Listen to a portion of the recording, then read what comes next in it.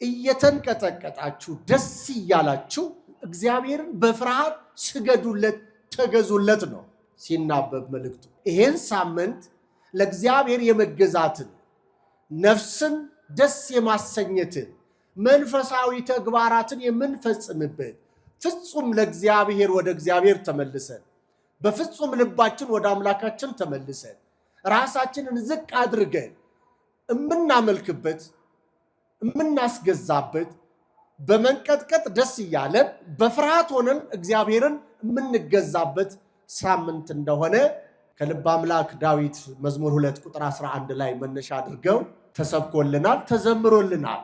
ሰው እግዚአብሔርን ከፈራ በምድር ላይ ግፍ አይሰራም። ሰው እግዚአብሔርን ከፈራ በሰው ላይ ግፍ አይሰራም። ሰው እግዚአብሔርን ከፈራ አይምንም አይዋሽም። ሰው እግዚአብሔርን ከፈራ ትዳሩ የተባረከ የተጠበቀ ነው። ሰው እግዚአብሔርን መፍራት ሲተው በኃጢአት ላይ በድፍረት ይመላለሳል። ኃጢአትን እንደ ውሃ ሲጠጣ አይሰማው። በሚያየው በእግዚአብሔር ፊት ያን ሲያደርግ ቅር አይሰኝበትም። ክርስቲያን ለተለየ ወራት ላይ የሚገዛ ሌላ ወራት ላይ የሚሸሽ፣ በጾም ወራት ለእግዚአብሔር የሚንበረከክ በሌላ ወራት ደግሞ ከእግዚአብሔር የሚርቅ ሳይሆን በዘመኑ ሁሉ ለእግዚአብሔር ተገዝቶ የሚኖር ነው አማኝ። ክርስቲያን ሲባል የሞተለት ጌታ ስለ እርሱ መከራ የተቀበለለትን አባት በሕይወቱ አንግሶ እርሱን ፈርቶ እያከበረ የሚኖር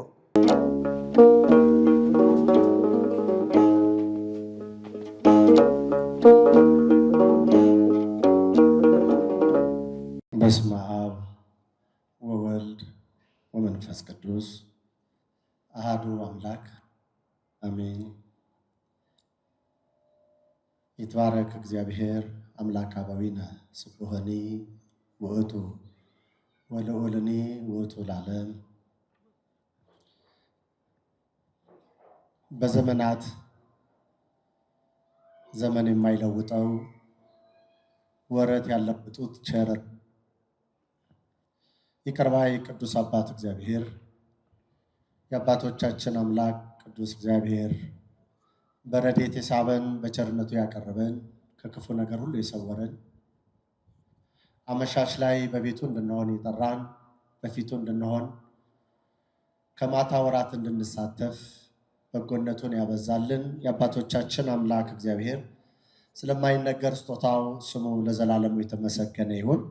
እግዚአብሔር እንዴት ብለን መገዛት እንዳለብን ምንም እንኳን ክርስቲያን ለተለየ ወራት ላይ የሚገዛ ሌላ ወራት ላይ የሚሸሽ፣ በጾም ወራት ለእግዚአብሔር የሚንበረከክ በሌላ ወራት ደግሞ ከእግዚአብሔር የሚርቅ ሳይሆን በዘመኑ ሁሉ ለእግዚአብሔር ተገዝቶ የሚኖር ነው አማኝ። ክርስቲያን ሲባል የሞተለት ጌታ ስለ እርሱ መከራ የተቀበለለትን አባት በሕይወቱ አንግሶ እርሱን ፈርቶ እያከበረ የሚኖር ሞቱ የተወሰደለት የክርስቶስን ሕይወት ደግሞ የሚኖር ማለት ነው እና ግን ወርሃ ጾም ሲደርስ አዋጆችን እናጸናለን። እግዚአብሔር የተመሰገነ ይሁን። አዋጆች ይጸናሉ። አዋጆች የበለጠ በአብይ ቃል መልእክቶች ይተላለፋሉ።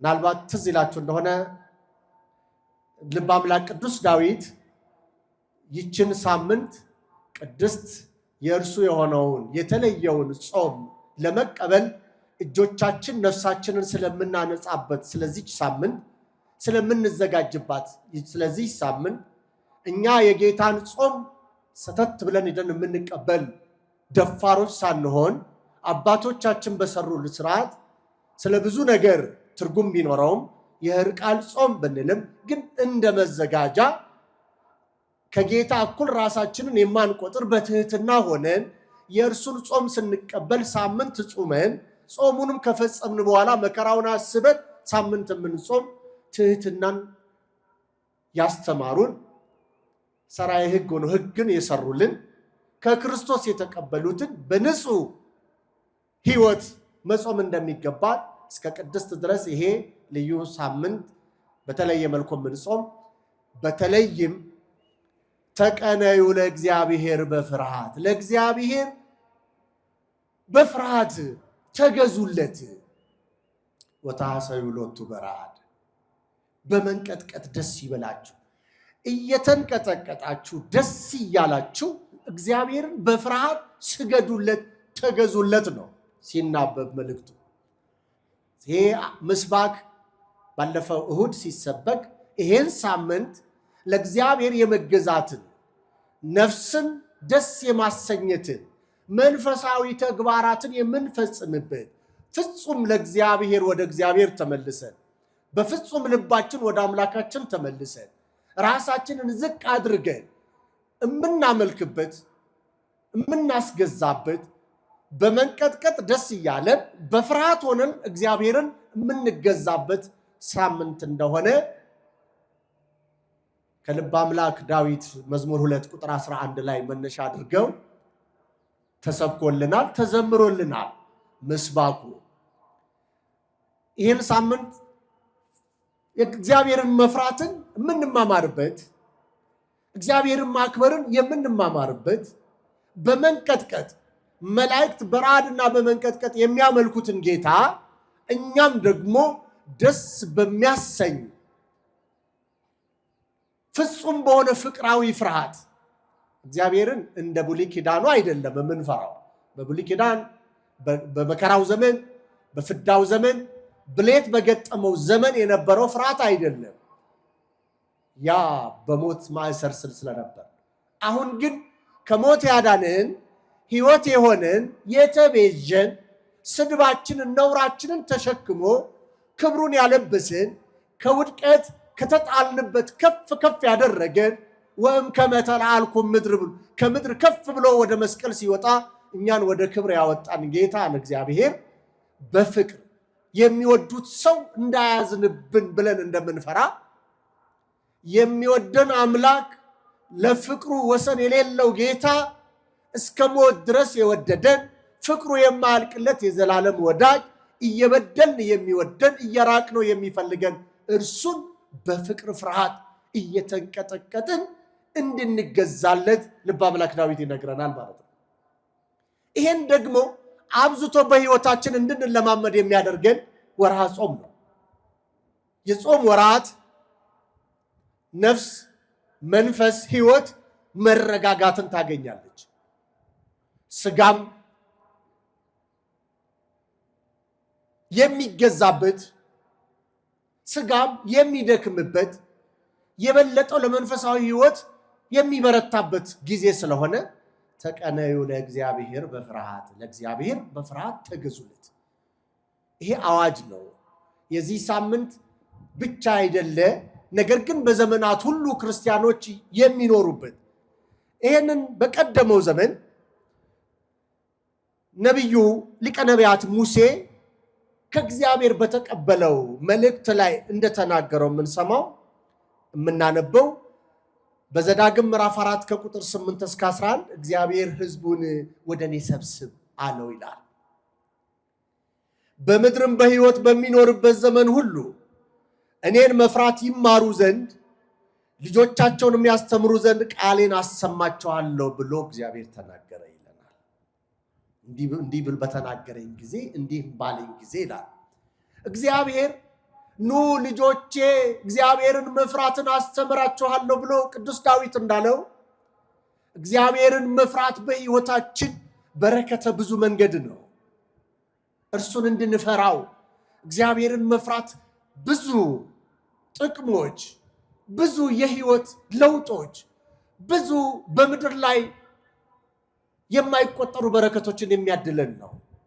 ስለዚህም ለእግዚአብሔር በፍርሃት ተገዙ።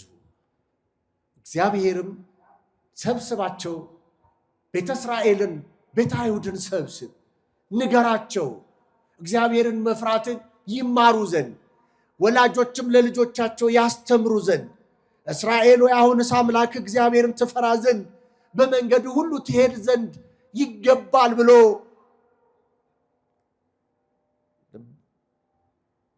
ነቢዩ ሙሴ በሌላም ስፍራ በዘዳግም እንደተናገረው እግዚአብሔርን መፍራት ወገኖቼ 1 2 3 ነጥብ ልስጣችሁና እኔን ሰብሰብ ላድርገው። የእግዚአብሔር መንፈስ ሲጀመር የጥበብና የማስተዋል መንፈስ፣ የምክርና የኃይል መንፈስ፣ የእውቀትና እግዚአብሔርን የመፍራት መንፈስ። ከመንፈስ ቅዱስ አንዱ የምናገኘው ጸጋ እግዚአብሔርን የመፍራት መንፈስ፣ እግዚአብሔርን እንደ እግዚአብሔርነቱ መጠን በመረዳት እግዚአብሔርን እንደ እግዚአብሔርነቱ በጥቂቱ አይምሯችን ማለት ነው። በእርግጥ ምስር የምታክል ጭንቅላት አይምሮ እግዚአብሔርን በህልውናው እግዚአብሔርን በምላት ልታየውም ልትገምተውም ልትረዳውም አትችልም። እግዚአብሔር እኛ ልንረዳው በሚገባን መጠን በወደደው መጠን ነው የምንረዳው። አባት ለልጆቹ ዝቅ ብሎ እንደሚያወራ እግዚአብሔር ዝቅ ብሎ እኛን ባገኘበት በመጽሐፍ ቅዱስ ነው የምናውቀው እንጂ እግዚአብሔርን እንደ እግዚአብሔርነቱ መጠን የሚረዳው ሰው የለም። መንፈስ ቅዱስ ከሚሰጠው ኃይል በቃ እግዚአብሔር መንፈስ ያ የፍቅር መንፈስ እግዚአብሔርን እንድናውቀው እንድንረዳው ፈርተንም እንድንኖር እግዚአብሔርን መፍራት እንዳልኳችሁ ብዙ የህይወት መስመሮቻችንን ስለሚያስተካክል ማለት ነው። እውቀትን ምን ይላል? እግዚአብሔርን ከመፍራት ያለ ጥቂት ነገር እውቀት ካለበት ከብዙ መዝገብ ይሻላል ይላል። እግዚአብሔርን መፍራት ያ የጥበብ ሰው ሰሎሞን ሲናገር 10ኛው ምዕራፍ ቁጥር 7 ላይ እግዚአብሔርን መፍራት ዘመንን ታረዝማለች ይለናል። እድሜን ታረዝማለች። ብዙዎች እንደ እሳት ራት እሳት ላይ እየወደቁ የጠፉት ከጥንቃቄ ጉለት እግዚአብሔርን ካለ መፍራት የመጣ ነው። እግዚአብሔርን መፍራት ዘመን እንዲረዝም ያደርገናል። በጥንቃቄ እንድንኖር በበረከት እንድንኖር ያደርገናል። የኃጥአን እድሜ ግን ታጥራለች። ሰው ከሞት ወጥመድ ያመልጥ ዘንድ እግዚአብሔርን መፍራት የህይወት ምንጭ ነው ይላል። ወገኖቼ እግዚአብሔርን መፍራት የህይወት ምንጭ ነው። ህይወት የሚገኝበት ነው። ሰላም እረፍት የሚገኝበት ነው። እግዚአብሔርን የሚፈሩ ሰዎች በሰላም ያድራሉ፣ ከኃጢአት ይጠበቃሉ። ሰው በድፍረት በኃጢአት ውስጥ የሚኖረው እግዚአብሔርን ባላወቀበት ሂደት ውስጥ ነው፣ አካሄድ ውስጥ ነው። ዮሴፍን ማየት ይቻላል። አልተረከውም። ቅዱስ ዮሴፍ እስከ ክብር ሰገነት በግብፅ ምድር ከፈርዖን ቀጥሎ ባለስልጣን ሆኖ 7ቱን የረሃብ ዘመናት የተሸሸጉበት ዋርካ ሆኖ ታላቅ ስራ የሰራው ባለውለታ ዮሴፍ ለዛ ክብር ያበቃው ህይወቱን ያረዘመው ለሌሎችም የበረከት ሰው የሆነው ቅዱስ ዮሴፍ አባታችን ዮሴፍ እግዚአብሔር እያየ በእግዚአብሔር ፊት እንዴት ኃጢአትን አደርጋለሁ ብሎ እግዚአብሔርን በመፍራት የተገዛ ሰው ስለሆነ ነው። ወገኖች እኛ ዛሬ ግራ ቀኝ እናያለን፣ ፊት ኋላ እናያለን። ወደ ላይ ቀና ያለ ሰው በእግዚአብሔር ፊት ኃጢአትን አያደርግም፣ በደልን አይፈጽምም። ሰው እግዚአብሔርን ባለመፍራቱ ምክንያት ነው በምድር ላይ ይህ ሁሉ በደልና ኃጢአት በሌላ ጥግ ከአንዱ ጥግ እየተፈበረከ ወንድም በወንድሙ ላይ የሚጨካከንበት እግዚአብሔር ያየኛል ብሎ እግዚአብሔርን መፍራት ስላቃተው ነው። የድሃውም አምላክ እኮ እግዚአብሔር ነው አባቱ። እግዚአብሔር አባቱ የሆነለትን ድሃ ስንገፋ እግዚአብሔርን ያለማወቅ ያለመፍራት ነው። እግዚአብሔርን መፍራት ጥበብ ነው መጽሐፍ ቅዱስ የሚለን። እግዚአብሔርን መፍራት ከክፋት ይጠብቀናል ይላል። እግዚአብሔርን መፍራት የጥበብ ሁሉ መጀመሪያ ነው። ቀዳሚ ያለ ጥበብ ፈሪሃ እግዚአብሔር። የጥበብ ሁሉ መጀመሪያ እግዚአብሔርን መፍራት ነው። የጥበብ ሁሉ ጫፉ እግዚአብሔርን መፍራት ነው። የጥበብ መጨረሻዋም እግዚአብሔርን መፍራት ነው። እግዚአብሔርን መፍራት በብዙ በረከት ውስጥ ያኖራል። ወገኖቼ እችንን ሐሳብ ላስታውስ ያክል ነው። እርስ በራሳችንም ልጆቻችንንም ጭምር እግዚአብሔርን መፍራት ከነገርናቸው እድሜያቸው እንዲረዝም መንገድ ምክንያት ሆነናል። ሰው እግዚአብሔርን ከፈራ በምድር ላይ ግፍ አይሰራም። ሰው እግዚአብሔርን ከፈራ በሰው ላይ ግፍ አይሰራም። ሰው እግዚአብሔርን ከፈራ አይምንም፣ አይዋሽም። ሰው እግዚአብሔርን ከፈራ ትዳሩ የተባረከ የተጠበቀ ነው። ሰው እግዚአብሔርን መፍራት ሲተው በኃጢአት ላይ በድፍረት ይመላለሳል። ኃጢአትን እንደ ውሃ ሲጠጣ ይሰማው። በሚያየው በእግዚአብሔር ፊት ያን ሲያደርግ ቅር አይሰኝበትም። ይሄ እግዚአብሔር መፍራት ከሕይወታችን ሲወጣ ነውና እግዚአብሔርን መፍራት በልቦናችን ይኖር ዘንድ ቅዱስ መንፈስ እርሱን ተረድተን ፈርተነው እንድናከብር አምላከ ቅዱሳን እግዚአብሔር ይርዳን። ወስብሐት ለእግዚአብሔር። እንደኔ የማርከው ማንነት እንደኔ ቅር ያልከው ማንነት ኃጢአቱ በዝቶበት በደሉ በዝቶበት የማርከው እንደኔ ከቶ ማን ነው?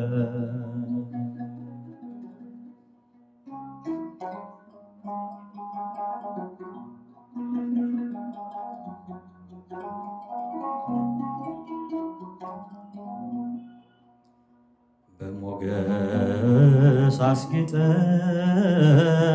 በዜማ ቃኘ ፊትም ታቆመኝ ጌታዬ እኔ ማን ነኝ? ለእኔ ያበዛኸው አቤት ደግነት ምረኸኝ ምረኸኝ አያልቅም ምሕረትህ አይተኸኝ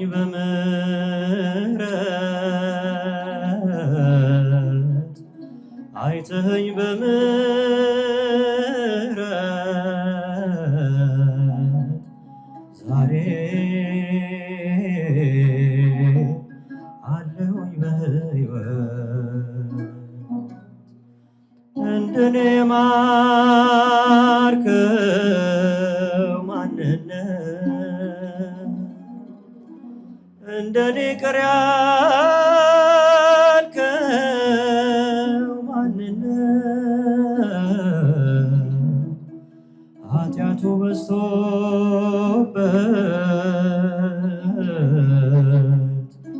በደሉ በዝቶበት የማርከው እንደኔ ከቶ ማን ነው?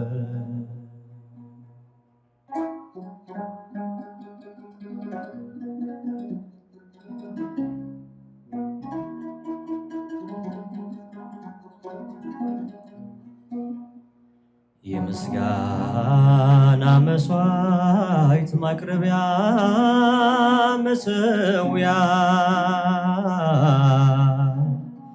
ልቤን ንጹሕ ባይሆን ጸጋዬን አልቀማ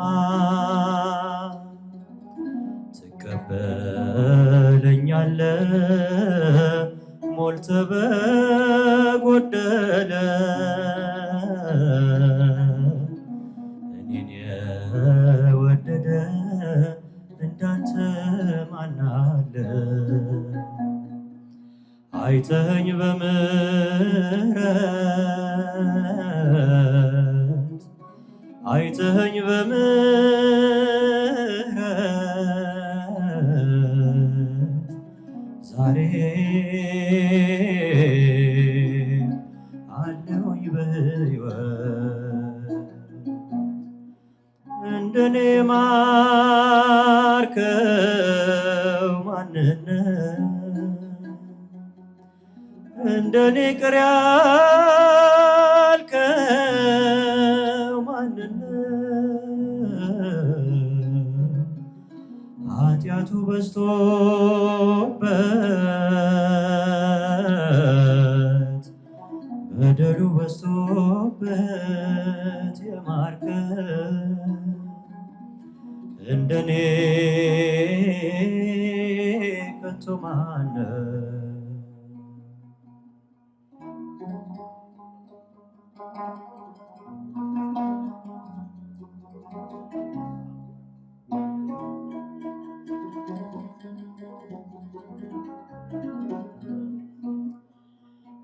ማረኝ ከምል ከፊት ወድቄ በሌላው ፈራጅ ነኝ ራሴን አጽድቄ መመልከት ባልችልም የዓይኔን ምሰሶ ያኖረኝ ፍቅር ነው ይህን ሁሉ ታግሶ አይተኸኝ በምሕረት አይተኸኝ በምሕረት ዛሬ አለሁኝ በሕይወት እንደኔ ማርከው ማንነት እንደኔ ቅር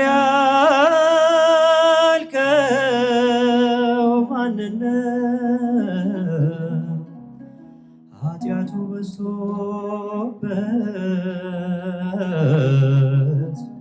በደሉ በዝቶበት የማርከው እንደኔ